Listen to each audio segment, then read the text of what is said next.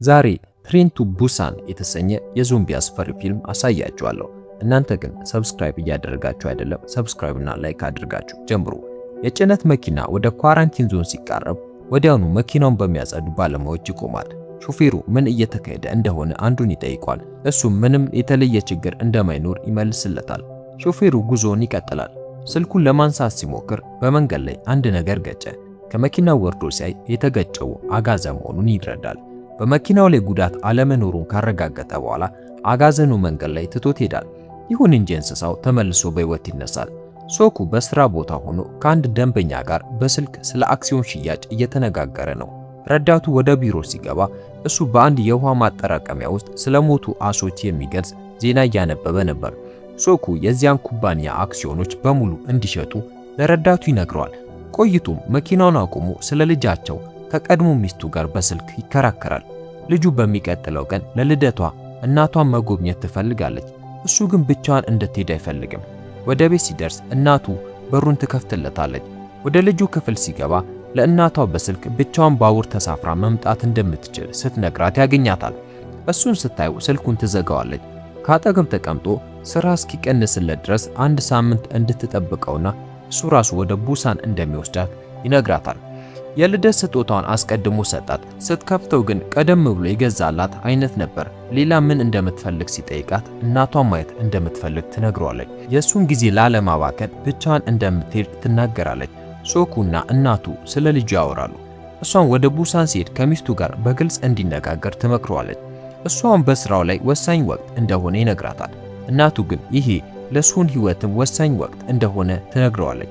ከዚያም እሱ ባልተገኘበት ወቅት የተቀረጸ የልጁን የሙዚቃ ዝግጅት ቪዲዮ ያለበትን ካሜራ ትታለት ትወጣለች።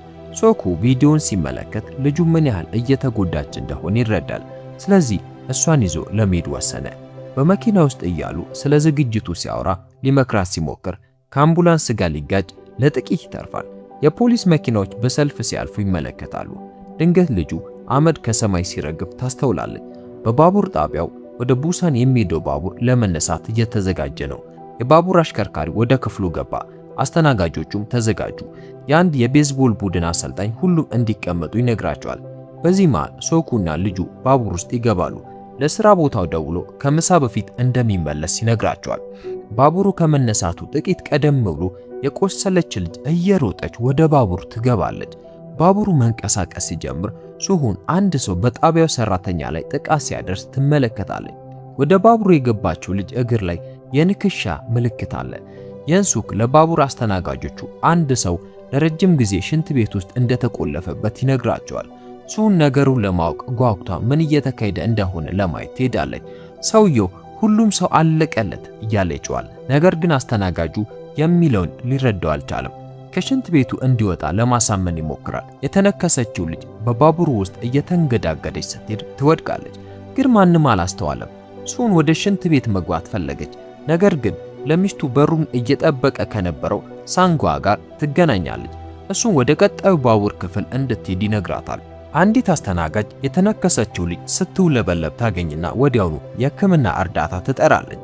ሶኩ በስልኩ ጥሪ ከእንቅልፉ ሲነቃ ልጁ በአቅራቢያው አለመኖሯን ያስተውላል። ረዳቱ በአገር አቀፍ ደረጃ አንድ አስከፊ ነገር እየተከሰተ መሆኑን በስልክ ይነግረዋል። ሶኩ ስልኩን ዘግቶ ልጁን ፍለጋ ሄደ። በባቡር ውስጥ ያሉ ተሳፋሪዎች በቴሌቪዥን የሚተላለፈውን መስቀልቅል በድንጋጤ ይመለከታሉ። አስተናጋጇ ወደ አለቃዋ እየደወለች እያለ የተነከሰችው ልጅ ወደ ዞምቢነት ተቀይራ ትነሳለች። አለቃዋ ስልኩ ስላልተነሳለት ወደ ክፍሉ ሲሮጥ ሱን ወደ ሽንት ቤት ትገባለች። ዞምቢዋ አስተናጋጇ ጀርባ ላይ ሆና ነከሰቻት። ወደ ተሳፋሪዎች ክፍል ሲገቡ ሌሎች ተሳፋሪዎች ደነገጡ። ቀጥሎም አስተናጋጇ ወዲያውኑ ወደ ዞምቢነት ትቀየራለች። ሁኔታው በሙሉ ተበላሸ። ዋናው አስተናጋጅ በቀጣዩ ክፍል ውስጥ ያሉ ተሳፋሪዎች እንዲሮጡ ይነግራቸዋል። በዚህ መሃል ሶኩ ልጁን እየፈለገ እያለ በሌላኛው ክፍል አንድ ችግር መኖሩን አስተዋለ። ሱሁንም ጩኸቱን ትሰማለች። ሰዎች በሁለቱም አቅጣጫ ሲሮጡ አባቷ ዋናው አስተናጋጅ በዞምቢ ሲጠቃና በፍጥነት ሲቀየር ይመለከታል። ሱን ከአባቷ ጀርባ ትወጣለች። እሱም እጇን ይዞ በብዙ ዞምቢዎች እየታደኑ በባቡሩ ውስጥ ሩጫ ይጀምራል። ሳንጓ ነፍሰ ጡር ሚስቱን እንድትፈጥን ይነግራታል። አንድ ዞምቢ ከፊታቸው ያለችን ሴት ሲነክስ ሊረዳት ይሞክራል። ነገር ግን እሱ ራሱ ጥቃት ይሰነዘርበታል። ሶኩ ወደ ቀጣዩ ክፍል ሲሮጥ ዞምቢውን ሽንት ቤት ውስጥ ይቆልፍበታል። ለሚስቱ እንድትሮጥ ነገራት። ነገር ግን ብዙም ሳይቆይ ሌሎች ዞምቢዎች ይመጣሉ። ሌሎች ተሳፋሪዎች አሁንም በቴሌቪዥን ያለውን ሁኔታ እያዩ ነበር። ከሌላው ክፍል የሚሮጡ ሰዎች ወደ ውስጥ ይገባሉ። አንድን ዞምቢ ተከላክሎ ካለፈ በኋላ ወደ ክፍሉ ይገባሉ። ዞምቢዎቹ ሳይገቡ በሩን ይዘጋሉ። ሶኩ ዞምቢዎቹ የሚያጠቁት ሰዎችን ሲያዩ ብቻ መሆኑን ይረዳል። ስለዚህ ሶንግ ኪዩንግ የበሩን መስታወት በወረቀት ትሸፍኗለች። ይህም ዞምቢዎቹ እንዲረጋጉ አደረጋቸው። የባቡር አሽከርካሪው በሚቀጥለው ከተማ እንደማይቆሙ ያስታውቃል። የሱኑክ በውስጥ ስልክ ደውሎ በባቡር ውስጥ ምን እየሆነ እንዳለ ይጠይቀዋል። አሽከርካሪው ትዕዛዙ የመጣው ከቁጥጥር ማዕከል መሆኑን ነገረው። ሶኩ ከእናቱ ስልክ ይደወልለታል። እናቱ ልጁን እንዲጠብቅላት ትነግረዋለች። እያወራችው ያለ ግን ድምጿ ተቀይሮ ወደ ዞምቢነት ትቀየራለች። ሶኩ ምን እንደተፈጠረ ቢረዳም ለልጁ አይነግራትም። ባቡሩ ፍጥነቱን ሲቀንስ በጣቢያው ያሉ ሰዎች መስታወቱን እየመቱ እርዳታ ይጠይቃሉ። ዞምቢዎች ግን እየታገሉ ይበሏቸዋል። በመንግስት ብዙ ሰዎች መሞታቸውን ይነገራል። መንግስት ዋና ዋና ቦታዎችን መዝጋቱንም ይገልጻል። የአስቸኳይ ጊዜ አዋጅ መታወጁ ይነገራል። ባለስልጣኑ ዜጎች በሐሰተኛ ወሬ እንዳይታለሉ ረክቶ ቤታቸው እንዲቀመጡ ቢናገርም ከተሞች ግን በእሳት እየተቃጠሉ ነው። ተሳፋሪዎቹ ወደ ሌላኛው አቅጣጫ ይንቀሳቀሳሉ። ሱሁን የእናቷ ስልክ እንደማይሰራ ለአባቷ ትነግረዋለች። ሶኩ ልጁን አስቀምጦ ለመደወል ሞከረ። አሽከርካሪው ወታደሮች ወደሚገኙበት ጣቢያ እንደሚቆሙ ያሳውቃል። የንሱክ በስልክ የትኞቹ ከተሞች ደህና እንደሆኑ ሲጠይቅ ይሰማል። እሱና ልጁ የሚወርዱበት ከተማ በዝርዝር ውስጥ እንደሌለ ተረዳ። ስለዚህ ለልጁ ባለችበት እንድትቆይ ነግሯት ሌላ ክፍል ሄዶ ይደውላል። ሶኩ የሚረዳው ደንበኛ ጋር ደወለ። ደንበኛው ጣቢያው ሲደርሱ ለሁሉም ኳራንቲን እንዳለ ይነግረዋል። ሶኩ ልጁ አብራው እንዳለችና እንዲረዳው ሲለምነው በዋናው በር ሳይሆን በምስራቁ በኩል እንዲወጣ ይነግረዋል። ባቡሩ ወታደሮች ይኖሩበታል ተብሎ ወደ ታሰበው ከተማ ይደርሳል። ግን ማንም የለም። የንሱክ ቀድሞ ይወጣል። ሶኩና ልጁም ይከተላሉ። የቤዝቦል ቡድኑ አባላትም የቤዝቦል ዱላ ይዘው ይወጣሉ። የንሱክ ዞምቢዎች ያሉበትን የባቡር ክፍል እንዲነጠል ቢጠይቅም አሽከርካሪው ግን ተሳፋሪዎችን ይዞ በቀጥታ ወደ ቡሳን መሄድ እንደሚፈልግ ይናገራል። ተሳፋሪዎቹ ባዶ ወደ ሆነው ጣቢያ እየገቡ ነው። ሁለቱ በምስራቅ በኩል ለመውጣት ወደ ተከለለ ቦታ ይገባሉ። አንድ የጎዳና ተዳዳሪ ሶኩ በስልክ ሲያወራ ስለሰማ አብሯቸው ለመሄድ ይከተላቸዋል። ሱን ለሌሎቹ ተሳፋሪዎች መናገር ብትፈልግም አባቷ ስለከለከላት ታዝናለች። ሌሎች ተሳፋሪዎች በደረጃው ሲወርዱ ሳንጓ በጣቢያው ላይ አንድ ያልተለመደ ነገር ያስተውላል። በተመሳሳይ ሰዓት በቆሙበት ኮሪደር መጨረሻ ላይ አንድ ሰው ይታያል። የጎዳና ተዳዳሪው ሰውየውን ተከትሎ ይሮጣል። ባለችበት እንድትቆይ ነግሯት እሱም ይከተላቸዋል። ተሳፋሪዎቹ ደረጃው መጨረሻ ላይ ሲደርሱ በጣቢያው የነበሩት ወታደሮች በሙሉ ወደ ዞምቢነት ተቀይረው ያገኟቸዋል። የዞምቢ መንጋ ተሳፋሪዎቹን ያጠቋቸዋል። ሳንጓ ሁኔታዎችን አስቀድሞ በማየቱ እንዲያመልጡ ሚስቱ ወደ ደረጃው ይገፋታል። ሶኩ ከደንበኛው ስልክ ይደወልለታል። ደንበኛው ወታደሮቹን ሊያገኛቸው እንዳልቻለ ይነግረዋል። በዚያው ቅጽበት ከወታደሩ ጀርባ አንድ ዞምቢ ብቅ ብሎ ያጠቃዋል። የጎዳና ተዳዳሪው ሲንሸራተት ሌሎች ዞምቢዎች ወጥተው ወታደሩን ይበሉታል። ሶኩ ለጥቂት ልትበላ የነበረችው ልጁን ለማዳን ወደ እሷ ይሮጣል። ሳንጓ ቀድሞ ያድናታል። ሁለቱ አብረው ይሮጣሉ። የቤዝቦል ቡድኑ አባላት በሩ ላይ ይጠብቋቸዋል። እንደገቡ በሩን ይዘጋሉ። ሶኩ አንዱን ዞምቢ ከላዩ ላይ ለማውረድ ሲታገል የጎዳና ተዳዳሪው ይረዳውና ወደ በሩ ይሮጣሉ። ሳንጓ በሩን ከፍቶ ሶኩ እስኪገባ ይጠብቃል። ሁሉም በአንድነት በሩን ለመቆለፍ ይታገላሉ። ሶንግ ኪዩንግ ወደ ባቡሩ ስትቃረብ በጣቢያው የነበረው የዞምቢ መንጋ ተሳፋሪዎቹን ሲጨርሳቸው ትመለከታለች። ሰዎች ከሌላ አቅጣጫ ወደ ባቡሩ ይገባሉ። ድንገት በጣቢያው የነበሩ ዞምቢዎች የመስታወት መስኮቶችን ሰብረው በባቡሩ ላይ ይወድቃሉ። አንድ ዞምቢ ጃንጊል ላይ ቢወድቅም ዞምቢው ክፉኛ ስለተጎዳ ሊያጠቃት አልቻለም። ሌላኛውን እህትማማቾች ይዘው ሲሮጡ ዞምቢው ይከተላቸዋል። ከዚያም ጃንጊል በአስተናጋጁ እርዳታ ትተርፋለች። በመጨረሻው ደቂቃ ባቡር ውስጥ ይገባሉ። ነፍሰ ጡሯ ሴት ልጅቷና ሌላኛው እህትማማች ወደ ሌላ ክፍል ገብተው የጎዳና ተዳዳሪው እንዲገባ ያደርጉታል። ዞምቢዎች ባቡሩን ይከቡታል።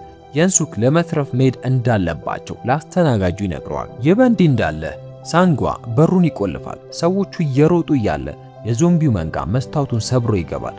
ባቡሩ መንቀሳቀስ ሲጀምር ይሮጣሉ። ነገር ግን ሁለት የቤዝቦል ተጫዋቾች በዞምቢዎች ይያዛሉ። የመጨረሻው ተጫዋች በድንጋጤ ሲቆም ሶኩ አንስቶት አብሮ ባቡር ውስጥ ገቡ። ሳንጓ ወደ ኋላ ቢቀርም ሶኩ እጁን ይዘረጋለታል። በመጨረሻም እሱ ወደ ባቡሩ ይገባል። ሌሎቹ በሁለት የዞምቢ ክፍሎች መካከል ተዘግቶባቸዋል። ክፍት ሽንት ቤት ስታገኝ ሌሎቹን ትጠራቸዋለች። ሁሉም ወደ ውስጥ ሲገቡ አንድ ዞምቢ ሶንግ ኪዩንግን ያጠቃታል። በሩም በጭንቅ ይዘውት እያለ ሌሎች ዞምቢዎች ይከተሏቸዋል። የቤዝቦል ተጫዋቹ ከጓደኛው ስልክ ይደወልለታል። እሱም ከእሱ በቀር ማንም እንዳልተረፈ በአዘን ይነግረው። ሶኩ ልጁን ለማግኘት ሲሞክር ድንገት ሳንጓ በስልኩ ከሷን ጋር ሲያወራ ይሰማል። ሷን በ13ኛው ክፍል ሽንት ቤት ውስጥ መታሰሯን ትነግረዋለች። ሌሎቹ ተሳፋሪዎች ደግሞ በ15ኛው ክፍል ይገኛሉ። ወንዶቹ ሌሎቹን ለማዳን ተዘጋጁ። ሳንጓ ስትራቴጂ ያወጣል። እሱ ፊት ለፊት፣ ልጁ መሃል፣ ሶኩ ደግሞ ከኋላ ይሆናሉ። ባቡሩ በዋሻ ውስጥ እስኪያልፍ ይጠብቃሉ። ዞምቢዎቹ ወዲያውኑ ቢያዩቸውም ሶስቱ እየተዋጉ ይገባሉ። ሳንጓ በባዶ እጁ ዞምቢዎቹን ይገድላል። ሶኩ ደግሞ ከጎን ሆኖ ይረዳዋል። ቀጣዩ ክፍል በዞምቢ ቤዝቦል ተጫዋቾች የተሞላ ነበር። ልጁ ጓደኞቹን አይቶ በድንጋጤ ሲቆም ሳንጓ ገፍቶት ራሱ ይዋጋቸዋል። በጨለማው ዋሻ ውስጥ ሲገቡ ዞምቢዎቹ መስማት እንጂ ማየት እንደማይችሉ ይረዳሉ። ሶኩ ስልኩን እንደ ማታለያ በመጠቀም ዞምቢዎቹን ወደ ሌላ አቅጣጫ ይስባቸዋል።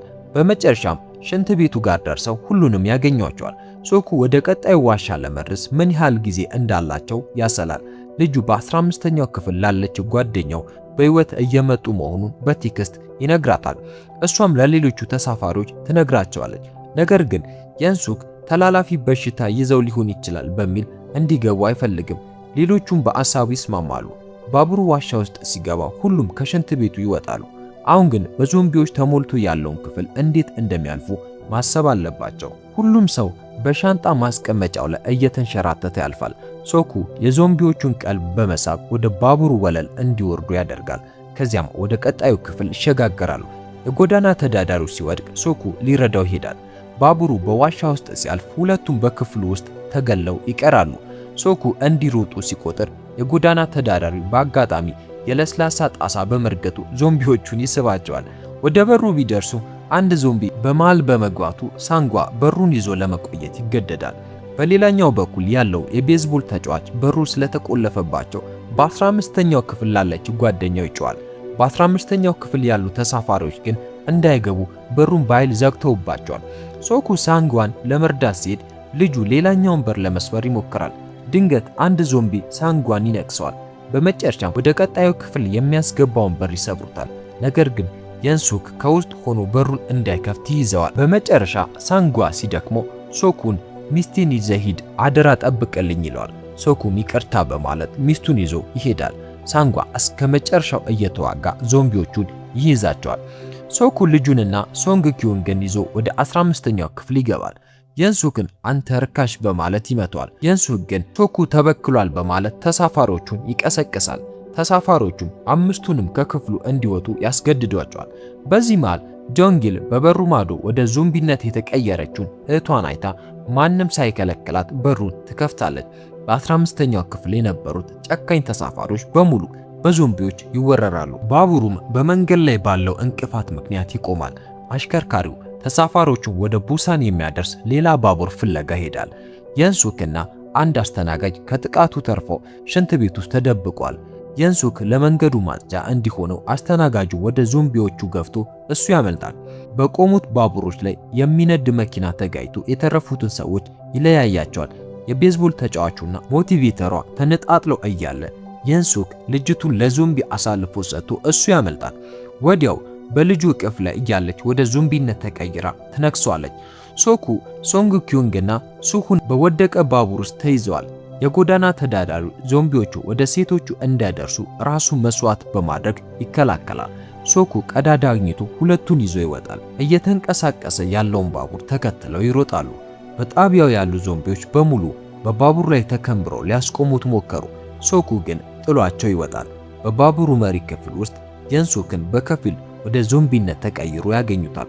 በተፈጠረው ትግል የንሱክ ሶኩን ይነክሰዋል። በመጨረሻም ሶኩ መበከሉን ሲረዳ ሳይቀየር በፊት ሁለቱን ሰዎች ወደ መሪው ክፍል አስገብቶ ብሬኩን እንዴት እንደሚጠቀሙ ያስረዳቸዋል።